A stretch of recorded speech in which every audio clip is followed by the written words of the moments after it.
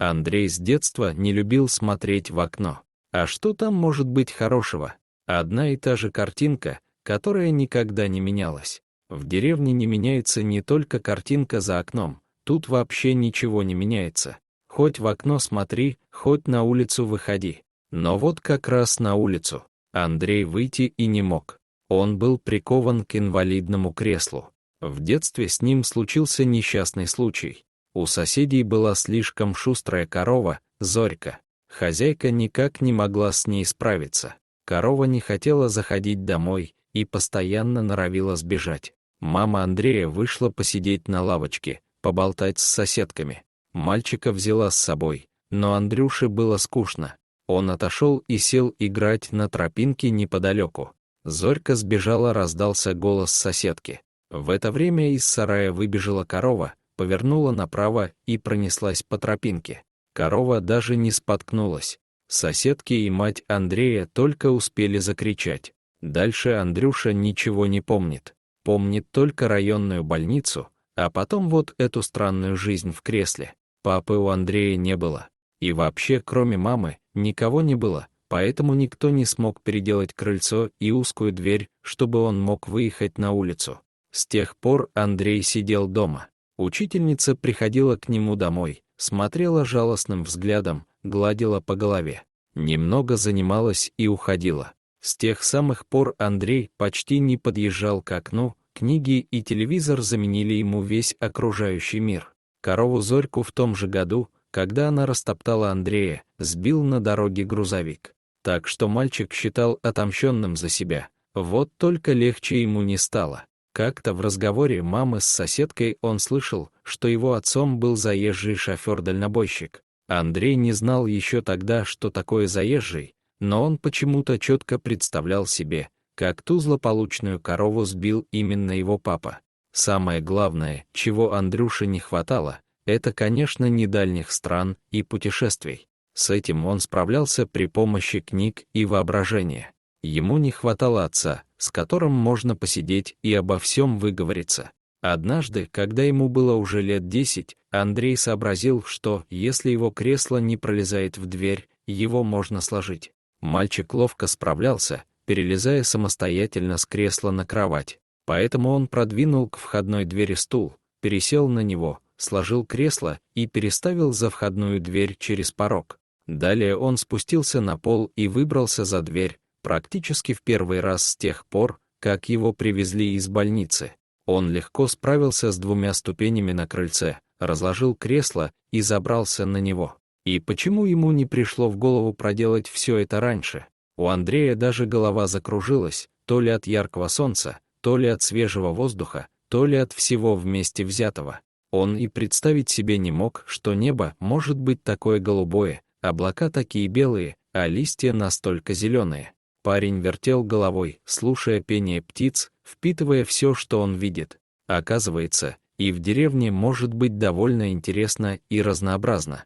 Вон собака побежала, а вот кот залез на забор с мышью в зубах. Андрюша не заметил, как оказался за воротами.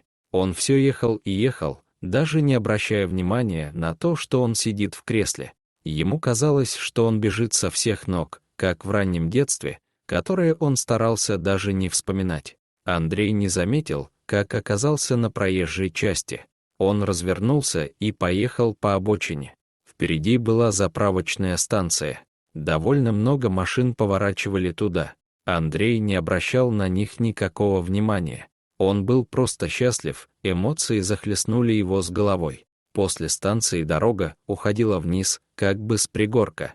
Колеса уже давно не надо было крутить, его импровизированное транспортное средство само неслось с горки. Когда Андрей спохватился, то было уже поздно. Он со всей скорости летел на оживленную трассу, а проезжающие машины сигналили ему руками. Колеса было уже не остановить.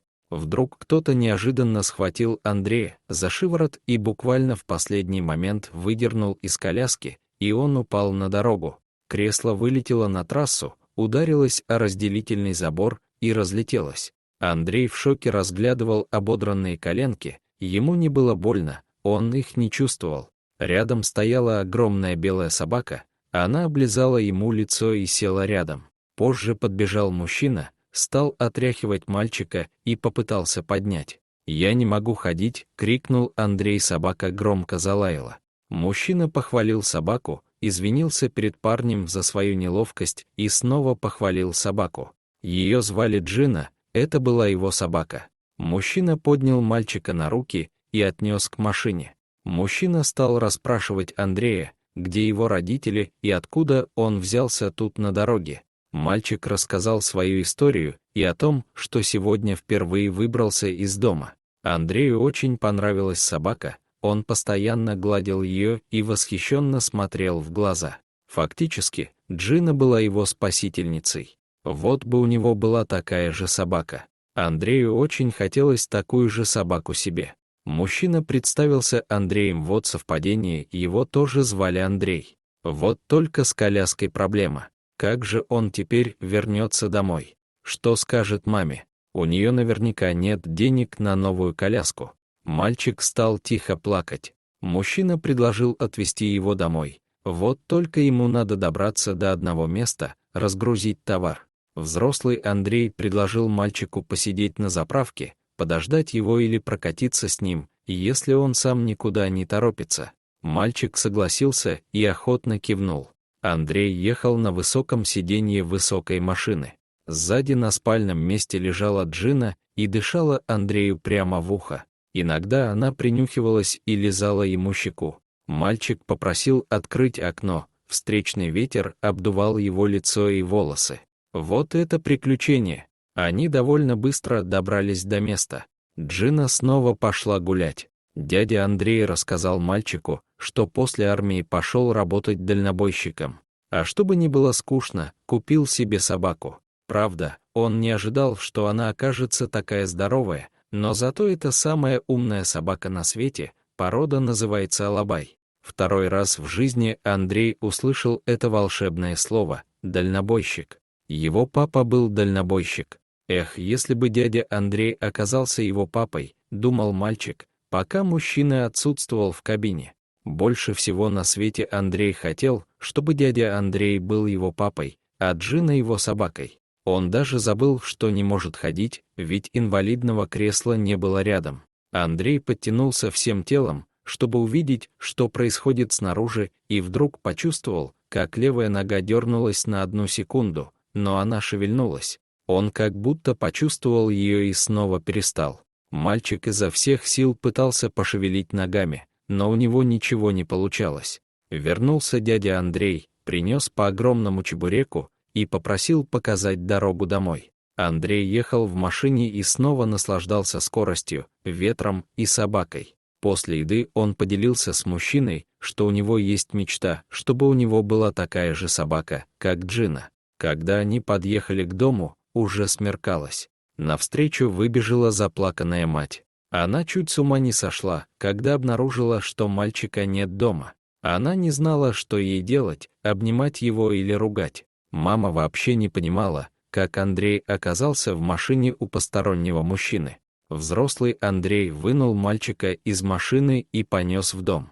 Мама пригласила гостя к столу. Пока согревался чайник, она решила обработать сыну ободранные коленки. Мальчик наклонился и шепнул маме на ухо: «Посмотри, это случайно не мой папа. Он ведь тоже дальнобойщик». Дядя Андрей стоял рядом и все слышал. Получилось очень неловко, и взрослые рассмеялись. Мама поинтересовалась, где же кресло. Когда сын рассказал ей, что с ним произошло, мама снова заплакала. Андрею надо было уезжать, и Джина уже хотела домой. Он помахал мальчику рукой и уехал. Андрею было тяжело без кресла. Как он и думал, мама не могла сразу приобрести новое, а в благотворительной организации нужно было стоять в очереди. Мальчик помнил, что было у него с ногой в машине у дяди Андрея. Каждый день, когда мама уходила, он пытался шевелить ногами, и вскоре его старания увенчались успехом. Сначала пальцы на одной ноге, а потом на другой стали его слушаться. Когда мама узнала, что чувствительность возвращается, она чуть с ума не сошла. От счастья. Теперь они занимались вместе, и вскоре Андрей встал на ноги. Первые шаги были трудными и тяжелыми, но они были. Через какое-то время после приключений с дядей Андреем мальчик уже ходил самостоятельно. Вдруг, неожиданно, к дому подъехала огромная белая машина и посигналила. Мама открыла ворота, и во двор забежала Джина, а следом зашел дядя Андрей. Он протянул мальчику белоснежного щенка. «Ты отлично справляешься, парень, держи подарок». «Спасибо», — сказал мальчик, и по щекам у него потекли слезы. Дорогие зрители, если вам понравилось это видео, то ставьте лайк и подписывайтесь на наш канал. До свидания.